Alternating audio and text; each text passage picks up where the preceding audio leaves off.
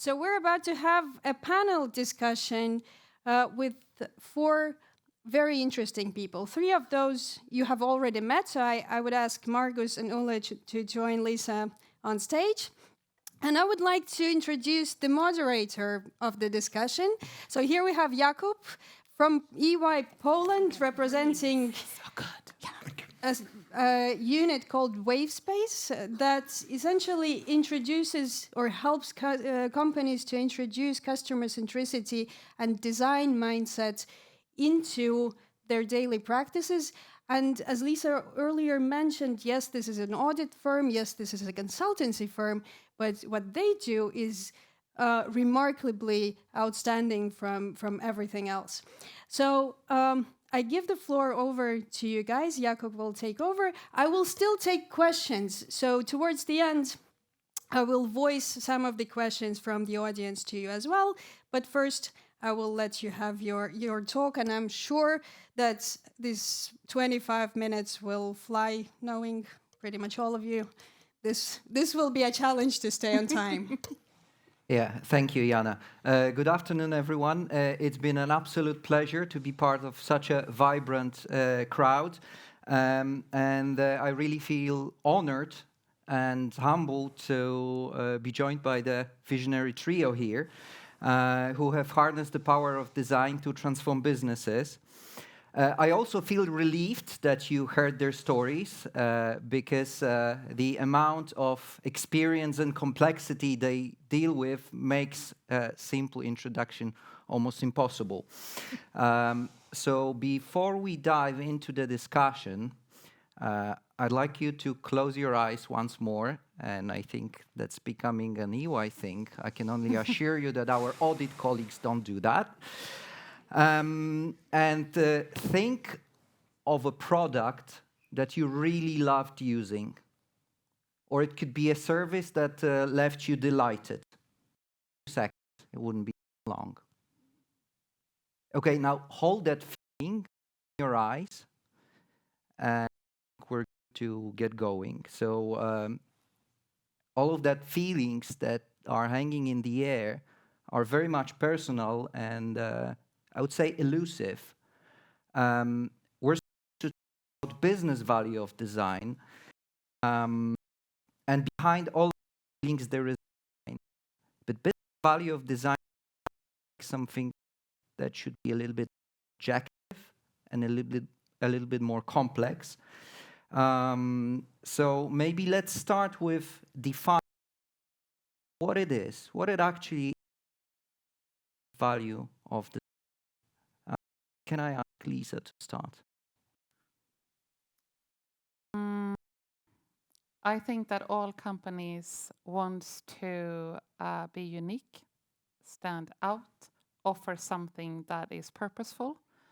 So the business value of design is to make sure that we are adding the creative way of solving problems to the analytical way of solving problems. And I know that sounds super easy when I say it, but I think that is really at the core of what it is. And I think that it's what has happened throughout the last 10 years is that a lot of our leaders in the world have understood it theoretically. But they have not, we still see too few companies being led by designers. And research shows that if you have a designer leading your company, you're 2 times more likely to be successful. So I think it's a bit kind of, it's a little, what do you say when it's like the lip service of, yeah, I've understood. But did you change your leadership? How much power did you really give the designers? If you really believe that this is something that is important. So I think that we are on a starting journey, but for me it's as important as we focus on sustainability and AI, you need to include the design at the top.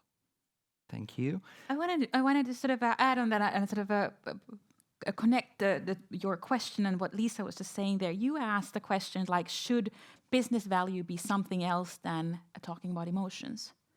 Why should it be different? Because actually I do think that part of the design's value is that there is an ability to bring empathy into the picture, using sort of ways of understanding people and their behavior. And what we see, I mean, I don't know, it would be interesting to hear what everyone thought, which services they thought when they closed their eyes, because of course there's many different categories. There are some services that are okay because there's nothing better at the market. And then there's of course those that really sort of delight you. And now the difference, I would say, is the design's business value is that you can paint by numbers and design by just moving on with the process. But if you actually sort of apply the tools and give the sort of a creative space and trust the process, you will actually get business value out of those emotions as well. Yeah, very good point. And if we're talking about numbers, I cannot think about any other industry than banking. And actually, Margus showed us remarkably impressive numbers in his presentation, including compliments from customers. But what are the other numbers, or what are the key numbers to demonstrate business value of design? Well, if I'm thinking about the business value, and I believe that Commerzbank has been a very good example of that. For me, it's a very simplistic formula. Basically, on one side, you have the business that you can do while being without all of this kind of like the design participation in the mix. And then there is another business, what you can do when you also include all kind of designers and customer centricity into the mix. And the delta of those two businesses is the business value that you create through the design. So if you look at, for example, Commerzbank as example, don't understand me wrong, we are very solid business also on the old side. We are doing 600 million euros of profit every single year without being customer friendly at all. But right now, when we talk about the potential expansion, when we talk about the opportunities to not only cut down costs of the serving, but also go after the additional revenues, then this is all connected to the ability to produce something that the customers finally will love. And I would say that we don't have like the final numbers, how exactly the 2030 could it be, but we are saying that we believe that the value of the design thinking, customer centricity, is potentially going to enable us to double our profit by that time.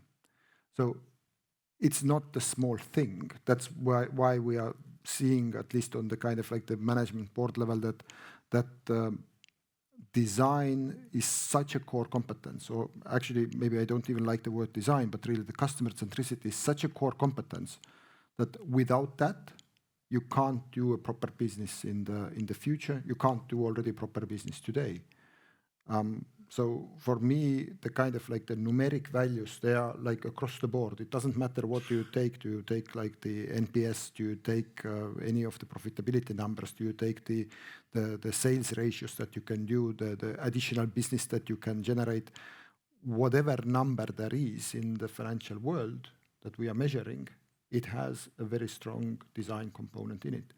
The only reason why I can imagine why the companies can say that they don't know yet how big the value is, because they haven't really practiced it. In our case, I believe that our management is now like clearly sold. They have no hesitation that it's the thing that not only keeps us afloat, but it's also the thing that is enabling us to do the profits that our shareholders want. That actually leads directly to the next question. So maybe let's get a little bit behind the scenes, since we know how to describe the value of design. Now, how do we effectively communicate customer-centric change in our organizations? Because it seems you need to be quite convincing in winning the senior stakeholders and also the entire organization. And maybe this time I'll start with Margus to continue his story. Can you share an anecdote where you really successfully conveyed the importance of customer centricity to a very senior stakeholder that was, let's put it mildly, a little bit skeptical at first? I take an example. I brought an example of the person who tried to convince me the most during 2019 that the Czech people love to go to branches. Yesterday, I had a breakfast with the same guy. He's the head of retail of the whole company. So having the whole distribution network, all the retail customer business results behind his back. He's now the front runner of the whole new digital bank thing. And he's now going actively into all the other participants, also head of corporate banking and everybody else, and saying, you are not going to ruin my baby. That was actually his quote from yesterday. I mean, I'm going to the corporate bankers. I'm going to clean up your mess as well. I'm going to make you customer-centric as well, because you are not going to mess up my baby. And that's the kind of where I would say that the dramatic change, like in those 6 years or 5 years, it has been that he has now seen that his CV or the kind of his personal value on the job market is very much depending on the ability to produce customer-friendly and well-designed solutions. So now he's sold just because he sees very much the personal value that it gives to him as the board member of the bank. Empathy, again, back at the core. Now, maybe we all love the success stories, but what we love even more is maybe the failures. Lisa, maybe you have some story to share. I'm going to share you a learning. I don't like the word failure. But before I do that, I just wanted to share how I sold the project to SEB. So I went to the CEO of this bank and I said, I want to run the digital strategy and then I would like to run the transformation. And she said, no. We hired a management consultancy to do the strategy. And then you could maybe do the UX. And I challenged her and I showed her the same CEO as Charlie was the CEO of Oscar, a health insurance company in the US. Today, it valued $8 billion. I told her we built that one in 10 months. So value can be speed, can be the evaluation of a company. And she leaned in and she said, I can try you for 5 weeks. So that's kind of how I explained the business value and the great story how we led to SEB, and then we worked with SEB for 5 years. One of the learnings that I have from my existing job is that I have tried to explain to our leaders the value of design using my way of telling stories. So similar to what you just saw. And it's not working. So I was, I think 2 years ago, a little bit desperate of like, I'm like, my clients love this, but my leaders do not. How come? And it's because I had not understood and had enough empathy for those leaders. So I quickly translated my slides into gray slides with boxes on them and numbers. Then they were like, this is the smartest thing you've ever done. Then I got the attention, right? But I think that my learning is that when I'm trying to explain the value the same way as I explain it to my clients and to the designers, that does not work. So I had to translate it. That is also design, by the way. To translate it into a language that my stakeholders do understand. So today I do 2 sets of slides, one gray set and one white set. That's the honest truth. That's an actually quite smart culture hack, I would call it. And I would like to introduce you to that term. Some of you probably know that. Culture hacks are little small behaviors that are rewarding the behaviors that lead us to a result that we want to. And these are usually small actions with visible change. And the key thing is low effort, so they can go viral. Ulla spoke a little bit about culture. So maybe you could give us some tips or examples of those culture hacks that we can take home and use in our environment? I have to admit that before 2 hours ago, I did not know the term culture hack. at all. I was asking like culture hug, what is that? I know how to hug. We now need to ask permission if we touch someone, so how do we bring that into corporations? I wonder, there's been multiple conversations going on at the same time. There's been the question about what's the business value of design, and then the successes, and then not the failures, but the learnings. And I sort of want to tie all these things together, is that with the business value of design, short-term and long-term, also are the sort of, it's not, you don't buy it by the meter, but you also need to look at it, what do you gain in the beginning, but also while you're investing in it, you're actually seeing expenses going up. The salary expenses, if you're hiring, 400 new designers, that's actually going to be a huge cost. During that time, there will be people who are going to question whether you are investing in the right thing, whether it's actually worth your while, because it's an expense. So with sort of a business value of design, I'd say that there's what do you do in a short term to keep the momentum going and build the belief? And for those, I believe the culture hacks are one good thing, although I would never underestimate the power of bringing people from the companies to meet customers. That is the secret sauce for the time that you're still trying to build stuff. You're not yet able to launch new things because they are all in the drafting table. So bringing those customer voices in definitely creates that sort of joint understanding and empathy. Another thing, of course, is that keeping the process visible, and for that I believe that the culture hacks are a good thing. It could be as simple as stickers. It could be as simple as T-shirts, but those T-shirts, I know a company in Finland, SOK, which has Prisma, at least I know here in Estonia as well. Their design team has really cool T-shirts. Everyone wants them. So that's sort of the thing that sort of you create some sort of a hype around it, works well.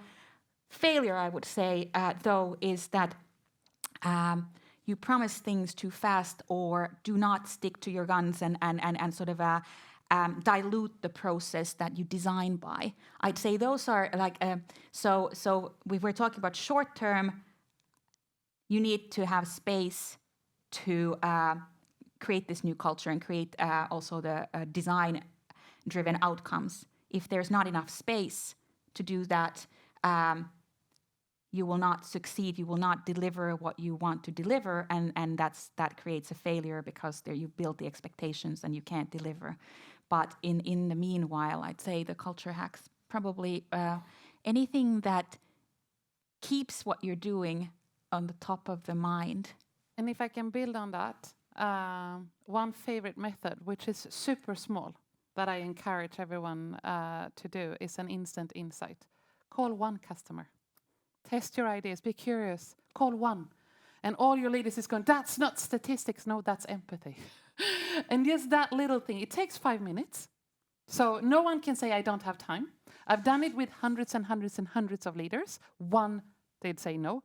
All the rest of them got a little clue, like a little hack. Wow, that was interesting. Or call an employee is also another favorite thing. Just be curious for 5 minutes. Ask them about something you do not know. And that will explain to them, I think, the fastest way of what customer centricity is. Margus, any examples on your front of such small behaviors that make a big difference? I would say that in the last 5 or 6 years, we probably have tried all kind of different things.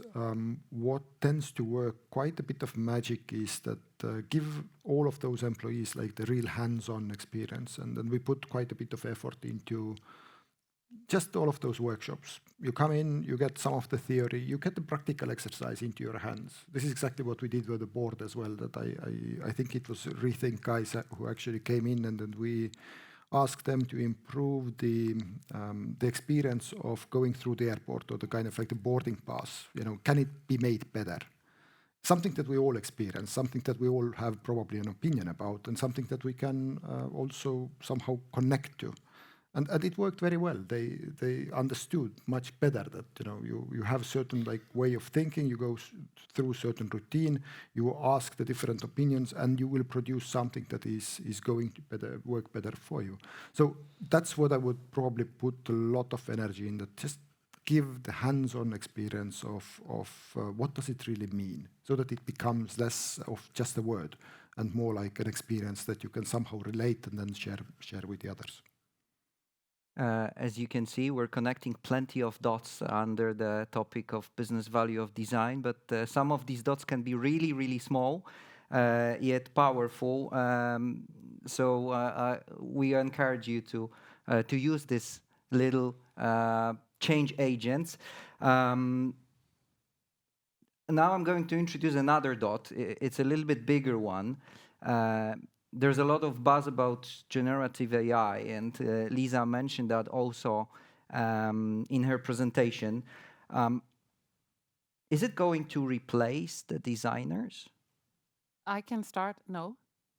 I think that was pretty obvious. I think that people who are connected to feelings and have the ability to understand others' feelings and translate that into meaningful experiences are going to be more important than ever. But all of us need to change. So we will have to see how generative AI can enhance our muscles, do the things that is repeatable, so we don't have to use our valuable time and hearts and minds to do the things that is repeatable, that generative AI can do for us. So again, think about where we could add the value. And I have one example. So we played around. We dated our fears of Gen AI taking our jobs. And we were thinking about, is there a way to actually use AI to enhance our empathy muscles? So we built the elephant in the room. So, and I wish I would have brought it, and I'm so sad I did not. The elephant in the room would have listened to all of us. And then you ask the elephant what we missed.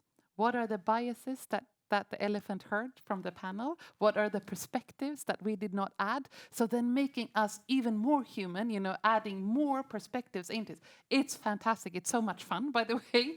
But it's a way for us designers to enhance our muscles, our empathy muscles or creative muscles or whatever it is. So I just think that we are in a period of time where we need to relearn on how we can use Gen AI.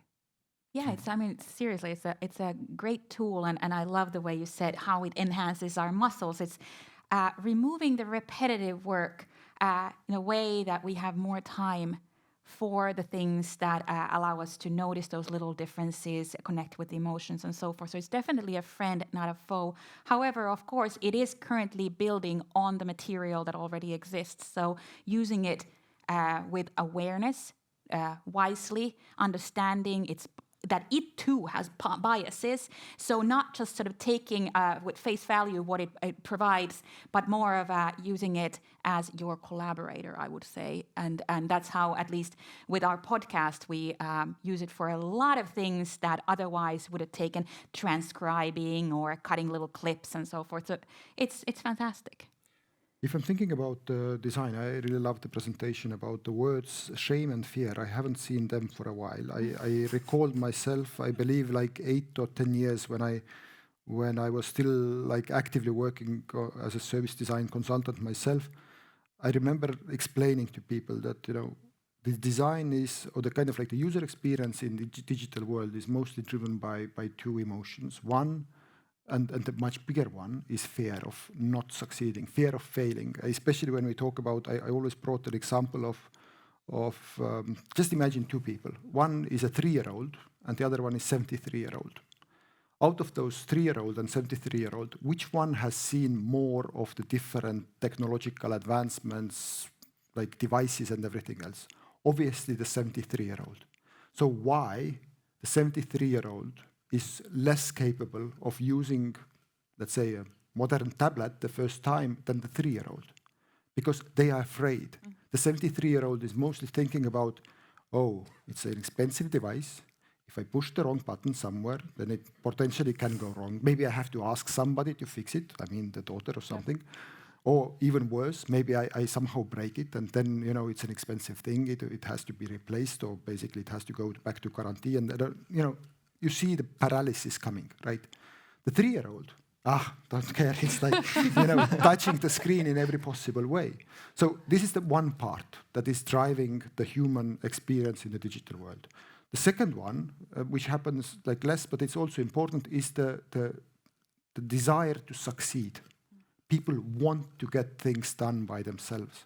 They love the idea that, there's something complicated that, I pushed the button, it happened, the kind of, this is the dream in a way that, that's what I want. So those fear and the desire to succeed, they always compete.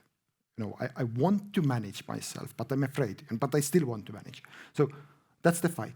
And bringing it back to the Gen AI question, or the general AI question, is that I believe that the service designers have to give human beings the ability to succeed and be less afraid. And that's something that the AI today cannot do yet. And I can imagine that it cannot do it also for the next 5 or 10 years, unless we somehow are able to teach that. But that kind of emotional feeling is somewhere where I would say, just as a designers, whatever designer you are, my recommendation is incorporate AI in every possible way into your work. Take away all of those nuances that you basically do not have to, you shouldn't basically waste your time on the repetitive tasks and everything else. Focus on those human emotions and how can you create the human emotion for the end user that is going to make them feel proud of themselves and are taking away the shame, fear, and everything else. And that's going to be your job in the future together with Gen AI or any other technological advancement. Can I add a very just very briefly, just that you were giving a lot of weight and pressure, I hear, for the designers, how to use generative AI. I gotta say, I feel also enlighten the load a little bit, is that we're at the stage where it's about play with it, learn with it, remove that sort of fear and shame yourselves, and that you would need to actually, from this point, to already apply it for others. Right now, it's time to explore, play, and get to know it, have the beginner's mind, and try out different tools, because we are at that moment of it, right? Well, if you are 95 by now, years old, then maybe you don't have to learn this new technology. No, but these designers do. Any other age. If you are any other age than less than 95, then believe me, it will be a part of your life. You have to learn to master it exactly the same way as you learn to master electricity, computers, internet. This will be the part of your life. Just let it in. Don't fight back. Focus on the human emotions. This is what we humans are best at. This is a really very insightful conversation, and I have a million of questions of my own that I would like to ask, but unfortunately I'm seeing the clock. That's probably because of the glasses. So maybe as we wrap up, maybe you could think of one message that you would like to leave the audience with before we open up for questions. The one message that we all can take to our businesses, to our work, and take action, what would that be?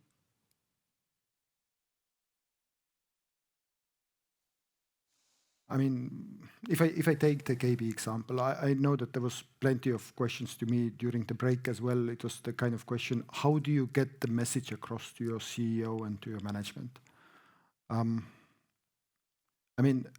I can tell you, based on the experience, service design can be explained, the business value can be explained. I just would rather recommend rethink the way how you approach, as Lisa was already telling, different slide decks and everything else.